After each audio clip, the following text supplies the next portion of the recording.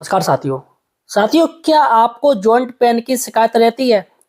हड्डियां कमजोर हो गई हैं, घुटनों में, कमर में या फिर आपके कंधे में दर्द हर समय रहता है? और क्या आप दर्द की गोलियां खाते खाते थक चुके हैं? अगर हाँ, तो आज मैं आपको यह प्रॉब्लम कभी नहीं होगी, इसकी मैं गारंटी दे रहा हूं। क्योंकि आज मैं आपको एक ऐसा पावरफुल नुस्खा बताने वाला हूं जो कि आपको वक्त के साथ साथ आराम तो देगा ही, इसके साथ ही अंदर से आपकी हड्डियां और जोड़ों को मजबूत बनाएगा। हाय एवरीवन, मेरा नाम है आर्यन गुप्ता और आप देख रहे हैं हेल्थी टिप्स बाय आर्यन। मैं पिछले 20 साल से एक चीज नोटिस कर रहा हूं, जानते हो साथियों क्या? 90% लोग जिन्हें एक बार जॉइंट पेन की प्रॉब्लम शुरू हो जाती है, वो सारी जिंदगी इससे लड़ते रहते हैं और तमाम तरह के अंग्रेजी दवाइयां खाने के बावजूद उनमें कोई खास आराम नहीं मिल पाता है। दवाइयां खाते जाते हैं, लेकिन दोस्तों जानते हैं इसकी क्या वजह है? आपको आराम क्यों नहीं मिलता है? इसकी असली वजह है कि जितनी भी आप दर्द की दवाइयां होती हैं, जैसे आपने पेन किलर खा लिया, वह सिर्फ और सिर्फ दर्द और सूजन को दबाने का काम करती हैं। सबसे बड़ी ये दिक्कत है, हड्डियां और जोड़ों को अंदर से ठीक नहीं करती हैं। आप ये जान लीजिए, दवाइयां मत खाइएगा ज्यादा, क्योंकि दवाइयां खाओगे तो आपका शरीर उसी के अनुसार हैबिट ले लेगा। यह ठीक वैसा ही होता है कुछ कुछ, जैसे कोई जंग होता है ना, जैसे सरिये में जंग लग जाती है, तो जंग को ढकने के लिए अगर हम उसके ऊपर पेंट कर दें, लेकिन होता क्या है कि भले ही वो सरिये के ऊपर पेंट हो जाएगा और आप उस जंग को छुपा तो दोगे, लेकिन दोस्तों अंदर ही अंदर जंग लोहे को गलाती रहेगी और लोहे को खराब कर देगी। तो अगर आप चाहते हैं कि आपकी जो प्रॉब्लम है वो अंदर से ठीक हो, बिल्कुल अंदर से ही प्रॉब्लम का काट हो, तो इस वीडियो को पूरा देखिएगा। आपको सही और सटीक जानकारी बताने जा रहा हूँ। आपको कुछ ऐसा ट्राई करना होगा जो जंग का इलाज करे, यानी आपकी हड्डियां और जोड़ों में जो भी कमी है या कमजोरी आ गई है उसको ठीक करे।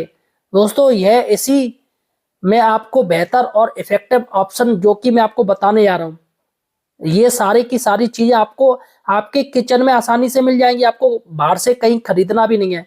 तो चलिएगा दोस्तों, बिना किसी देरी के आज के इस वीडियो को हम शुरू करते हैं और जानते हैं कि ये नुस्खा क्या है, आखिर ये घरेलू नुस्खा क्या है और इसे कैसे बनाया जाता है, और सबसे बड़ी बात है कि हमें इसे किस तरीके से इस्तेमाल करना चाहिए, ये सबसे बड़ी बात है। इस नुस्खे को बनाने के लिए पहली चीज मैं आपको बताने जा रहा हूँ। पहली चीज है व्हाइट सिम्स सीड्स, यानी सफेद तिल। दोस्तों तिल कैल्शियम का एक बहुत बड़ा ही अच्छा ही नेचुरल सोर्स है।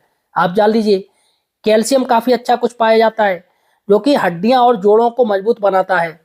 ये पहली चीज हो गई। दूसरी चीज मैं आपको बता दूं, वो है मखाना। मखाने में कैल्शियम के साथ साथ फास्फोरस भी होता है और प्रोटीन भी होती है, जो आपकी हड्डियों को और ज्यादा, जोड़ों को और ज्यादा अच्छे से फायदेमंद पहुंचाती है।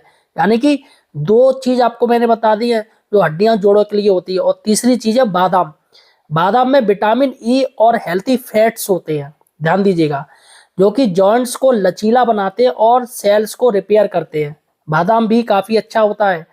चौथी चीज है फ्लैक्स सीड्स, यानी अलसी के बीज।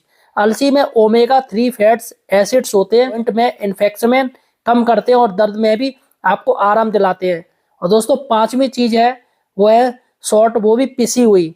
दोस्तों सौंठ यानी ट्राई जिंजर ब्लड सर्कुलेशन को बढ़ाता है और जॉइंट और मसल्स की जो स्टेफनेस होती है उसको कम करता है। अब चलिए बात करते हैं छठा कौन सा इंग्रेडिएंट है, वो है हल्दी पाउडर।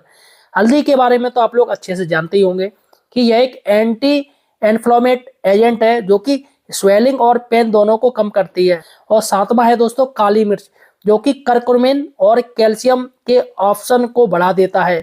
और आठवां और लास्ट आइटम या फिर गुड़। गुड़ दोस्तों आपको पिसा हुआ होना चाहिए, जो इस रेमेडी का टेस्ट और भी ज्यादा बढ़ा देता है, यानी कि आपका मीठा हो जाता है। बट यह ऑप्शनल चीज, आप ये जान लीजिए, गुड़ ये नहीं कि आप जरूरी इस्तेमाल करें, क्योंकि आपको इस नुस्खे में नहीं डालना है। अगर आप डायबिटिक है, अगर आपको डायबिटीज है, तो आपको गुड़ बिल्कुल भी नहीं मिलाना है। इस नुस्खे को तैयार करने के लिए सबसे पहले आइए इनकी क्वांटिटी हम जान लेते हैं कि आपको कौन सी चीज कितनी कितनी मात्रा आपको लेनी होगी, क्योंकि सबसे बड़ी चीज है क्वांटिटी। तो तिल, बादाम और मखाने ये आपको लेने के लिए 40-40 ग्राम होना चाहिए। और फ्लैक्सी सीड यानी अलसी के बीज आपको लेने हैं सिर्फ 20 ग्राम। सॉल्ट और हल्दी पाउडर लेना है सिर्फ 5 ग्राम। जी, काली मिर्च पाउडर लेना है आपको सिर्फ 2 ग्राम, और धागे वाली मिश्री पीसी हुई या फिर गुड़ पिसा हुआ अगर आप ले रहे हैं तो इसे आपको लेना है सिर्फ 10 ग्राम। एक करके तिल, मखाने, बादाम और फ्लैक्सी सीड्स, इन चीज़ों को आप तवे पर हल्की आंच पर रोस्ट कर लीजिए, थोड़ा भूंज लीजिए, है ना, आपको आसानी रहेगी।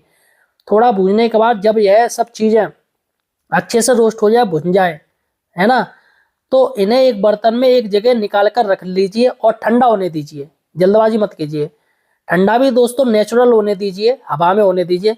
जब यह रूम टेम्परेचर पर आ जाए तो आप इनके अंदर बाकी जो चीज़ें आपने ली हैं, ठीक है, जो जो चीज़ें आपने ली हैं वह भी इसमें मिला दीजिए, इनका एक मिक्सर बना लीजिए। यानी आपकी काली मिर्च, हल्दी पाउडर और सॉल्ट पाउडर जो आपने गुड़ या मिश्री ली है, यह सारी चीज़ें भी आप इसी नट्स के अंदर मिला दीजिए। सभी चीज़ों को एक ग्राइंडर पर डालिएगा, आपके अगर मिक्सी है, ग्राइंडर है तो मिक्सी में डालिएगा और अच्छी तरीके से पीस लीजिए। यहाँ पर दोस्तों क्या होगा, एक पाउडर सा बन जाएगा। जब यह खूब बारीक हो जाए, पिस जाए, तो इसका पाउडर बन जाए तो इस पाउडर को आप निकाल कर एक एयर टाइट कंटेनर में स्टोर करके रख लीजिए। सबसे बड़ी बात है कि एयर टाइट होना चाहिए, हवा नहीं जानी चाहिए। कोई भी डब्बा हो, स्टील का डब्बा हो, प्लास्टिक का हो, उसके अंदर रख लीजिए। इस पाउडर को आप 1 गिलास हल्के गर्म दूध के साथ रोजाना रात को सोते टाइम लेना शुरू कर दीजिए। आप चाहे तो दूध में 1 टीस्पून देसी घी भी मिला सकते हैं। इससे क्या होगा कि आपको और भी ज़्यादा अच्छे से रिजल्ट मिलेंगे। इन चीज़ों का ऑप्शनल भी बढ़ जाएगा, ताकत भी बढ़ जाएगी। लेकिन हाँ, अगर आपका कोलेस्ट्रॉल बढ़ा हुआ है, ये ध्यान दीजिएगा, या आपको मोटापे की समस्या है, तो ऐसे में दूध की जगह आप पानी का यूज कीजिए। और देसी घी को बिल्कुल भी इस्तेमाल मत कीजिएगा, क्योंकि दिक्कत हो जाएगी देसी घी अगर आप खाएंगे। इसके अलावा अगर आपका डाइजेशन कमज़ोर है तो आप रात की जगह इसे सुबह नाश्ते के बाद 1 कटोरी दही में मिलाकर खाइए, क्योंकि सुबह में आपको डाइजेस्टिव फायर तेज होती है। तो यहाँ पर क्या होगा, रात में डाइजेस्टिव जो मशीन है वो बंद हो जाती है रात के टाइम, इसलिए सुबह आप यूज कीजिएगा। अगर आपको प्रॉब्लम होती है डाइजेस्ट करने में, है, तो इसमें आपको कोई दिक्कत नहीं होगी और इसके साथ ही डाइजेशन पे कोई एक्स्ट्रा लोड नहीं आएगा, इससे आपको फायदा रहेगा। इस नुस्खे को लेने के साथ साथ आपको कुछ इंपॉर्टेंट टिप्स को भी फॉलो करना है। आप ये नुस्खा ले रहे हैं तो आपको इंपॉर्टेंट बातें आप जान लीजिए। इससे कैल्शियम बॉडी में ज्यादा अच्छी तरह अब्जॉर्ब होगा, जॉइंट्स में लुब्रिकेशन बढ़ेगा, बोन रीजनरेशन का जो प्रोसेस है वह भी तेज हो जाएगा। फर्स्टली रोज सुबह 8 से 10 बजे के बीच आप कम से कम 10 से 15 मिनट धूप में जरूर बैठें और अपने आर्म्स, लेग्स और कमर को डायरेक्ट सनलाइट के एक्सपोजर में रखें, क्योंकि विटामिन डी बहुत ज़्यादा जरूरी है ऐसी चीज़ों में, हड्डियों से रिलेटेड होती है। तो विटामिन डी जरूर लीजिएगा 10 से 15 मिनट तक। इससे विटामिन डी बनेगा और आपकी बॉडी के अंदर और कैल्शियम का अब्जॉर्ब बढ़ जाएगा। जो सेकंड ऑप्शन है वो एक्सरसाइज कीजिए, या अगर आप यह नहीं कर सकते तो आपको मुश्किल लगता है कि भैया हम एक्सरसाइज नहीं कर सकते हैं, हमें दिक्कत हो रही है, तो कम से कम आधा घंटा वॉक जरूर कीजिए। इससे क्या होगा कि इससे जो बोन डेंसिटी वो आपकी बढ़ेगी, मसल स्ट्रेंथ भी इम्प्रूव होती है। तीसरा, अगर पॉसिबल हो तो आप अपनी डाइट में सहजन के पत्ते, रागी का आटा और आंवले को जरूर इंक्लूड कीजिए। इन सभी चीज़ों में ऐसे पोषक तत्व होते हैं जो कि हड्डियां और जोड़ों के लिए बहुत फायदेमंद है।